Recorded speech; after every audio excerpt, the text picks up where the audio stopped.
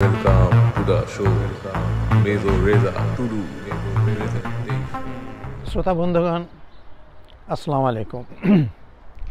আমি মেজর রেজা টুলু, ৭১-এর মুক্তিযুদ্ধের জানা অজানা তথ্য নিয়ে আপনার সামনে আবার হাজির হয়েছি। আজকে আমার এটা ২১ নম্বর পর্ব। বন্ধুগণ, ৭১-এর মুক্তিযুদ্ধে বহু মুক্তিযোদ্ধা, নারী এবং পুরুষ, জীবনের ঝুঁকি নিয়ে এককভাবে অথবা দলবদ্ধভাবে এই মুক্তিযুদ্ধে যোগদান করেন, অংশগ্রহণ করেন। কিন্তু তাদের মধ্যে অনেকের প্রকাশ্যে আসেননি, তাদেরকে কেউ কোনোদিন চিনবেও না, অথচ তাদের অবদান অনেক। ঠিক এইরকম দুজন নারী মুক্তিযোদ্ধার অবদান নিয়ে আজকে আমি আপনাদের কাছে শেয়ার করব। আমার আজকের এই বিষয়বস্তু হচ্ছে ৭১-এর মুক্তিযুদ্ধে ডক্টর সুলতানা আলম এবং ডক্টর ডেভিড নলিরের স্মরণীয় অবদান। বন্ধুগণ, আমার এই পর্বগুলো আপনাদেরকে সাবস্ক্রাইব করার জন্য অনুরোধ জানাচ্ছি, আর সেই সাথে যত পারেন একটু শেয়ার করে দেবেন দয়া করে। তাহলে চলুন আমরা মূল পর্বে চলে যাই। ডক্টর সুলতানা আলম বাংলাদেশে মুক্তিযুদ্ধ যখন শুরু হয় তখন তিনি পিএইচডি ছাত্রী এবং তরুণী মাতা ছিলেন। আমেরিকার ফিলাডেলফিয়ারে অবস্থানকালে তিনি মুক্তিযুদ্ধের পক্ষে আন্দোলন গড়ে তোলেন। এই বাঙালি তরুণী বধূর অবদান এই মুক্তিযুদ্ধে অবিস্মরণীয় হয়ে থাকবে।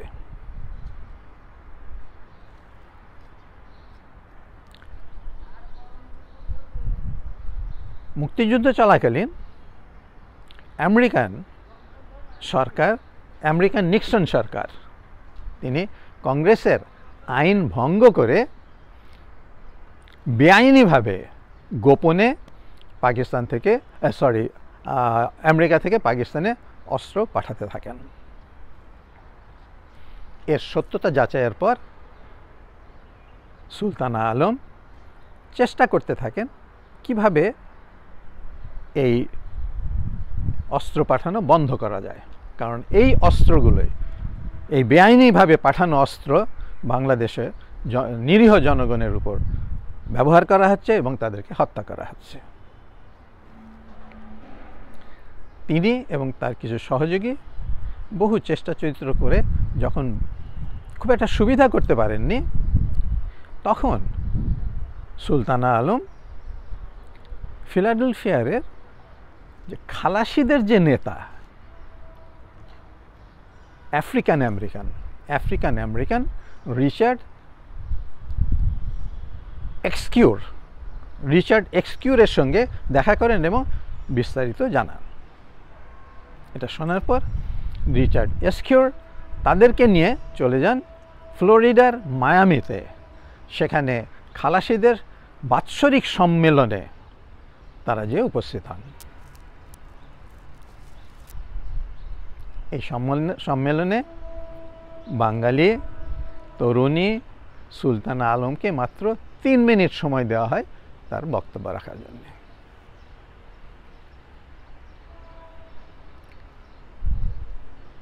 সুলতানা আলম হাজারো খালাসি শ্রোতার সামনে দাঁড়িয়ে পরিষ্কার ইংরেজিতে অশ্রুসিক্ত নয়নে তিনি বললেন, আমার দেশ বাংলাদেশ। সেখানে আমরা গণতান্ত্রিক নির্বাচনে জয় হওয়ার পরেও পাকিস্তানিরা বাঙালিদের হাতে ক্ষমতা অর্পণ না করে সেখানে গণহত্যা শুরু করে। তারপরে সুলতানা আলম তাদের কাছে প্রশ্ন রাখেন, আর আপনারা কেন আমার দেশের নিরীহ জনগণ, আত্মীয় স্বজনকে মারার জন্যে, হত্যা করার জন্যে পাকিস্তানি সোলজারদের হাতে অস্ত্র তুলে দিচ্ছেন। কি অপরাধ করেছি আমরা? এই কথা শুনে সেখানকার নেতাবৃন্দ তারা গর্জে ওঠেন এবং সাথে সাথে আদেশ দেন যে আজ থেকে আমরা পাকিস্তানি জাহাজে শুধুমাত্র অস্ত্র নয়, কোনো মালামাল তুলব না।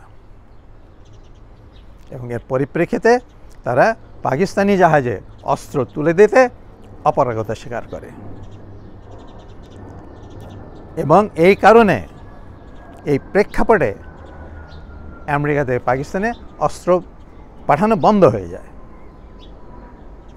আমেরিকার ইতিহাসে এই প্রথমবারের মতো অহিংস আন্দোলন করে সেই আন্দোলন কৃতকার্য হয়।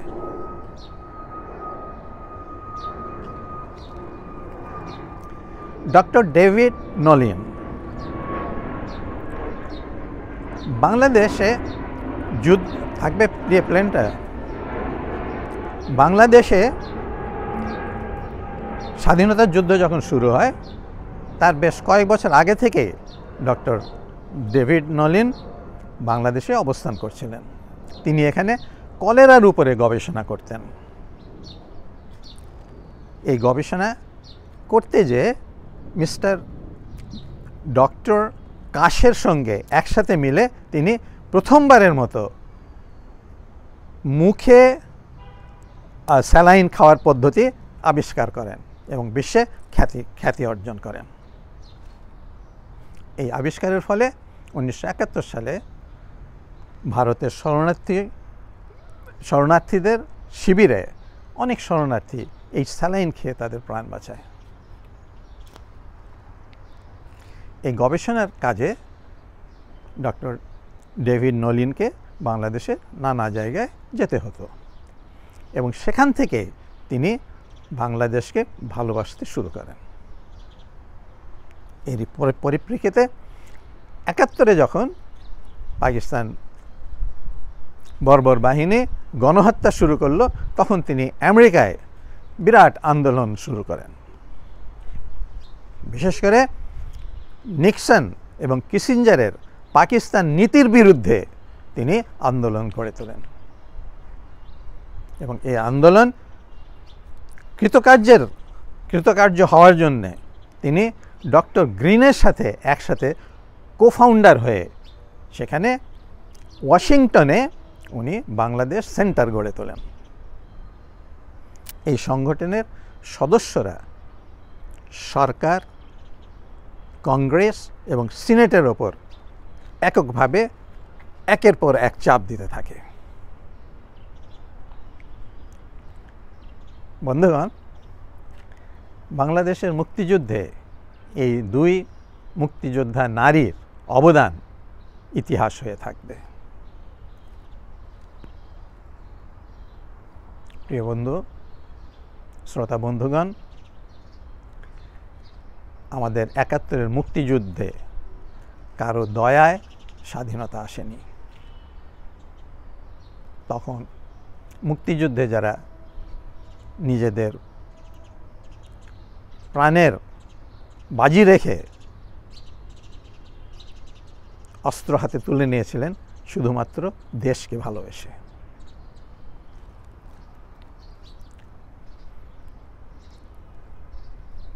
পাকিস্তানি সেনা অফিসার মেজর সিদ্দিকি সাদেক তার লেখা বইয়ে তিনি লিখেছেন যে রাজশাহীর রোহানপুরে এক কিশোর মুক্তিযোদ্ধাকে তারা আটক করেন এবং তাকে বলেন, তোমার সহযোদ্ধাদের বিস্তারিত আমাদের জানা, তা নাহলে তোমাকে হত্যা করা হবে। এবং তার বুকে অস্ত্র ঠেকানোর পরেও সেই কিশোরটা ছিল নির্বিকার। একটু পরে সে বলে, আমাকে 1 মিনিট সময় দেন। তারপর সে মাটিতে বসে পড়ে, এক মুঠো মাটি নিয়ে বুকে, কপালে ছোঁয়ায় এবং চুমো খায়। তারপরে অফিসারের দিক তাকিয়ে বলে, আমি প্রস্তুত, আপনারা আমাকে হত্যা করতে পারেন। বন্ধুগণ, এই জীবন উৎসর্গ করা কিশোর যুবক সেই সময় হাজার ছিল, হাজারো হাজার। অ্যাম্বুশে শত্রুর গোলাতে আহত হওয়া মুক্তিযোদ্ধা, সে আহত অবস্থায়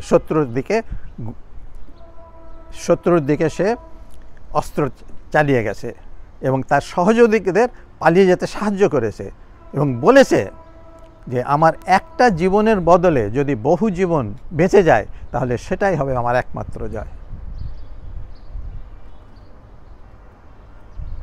প্রিয় শ্রোতা বন্ধুগণ,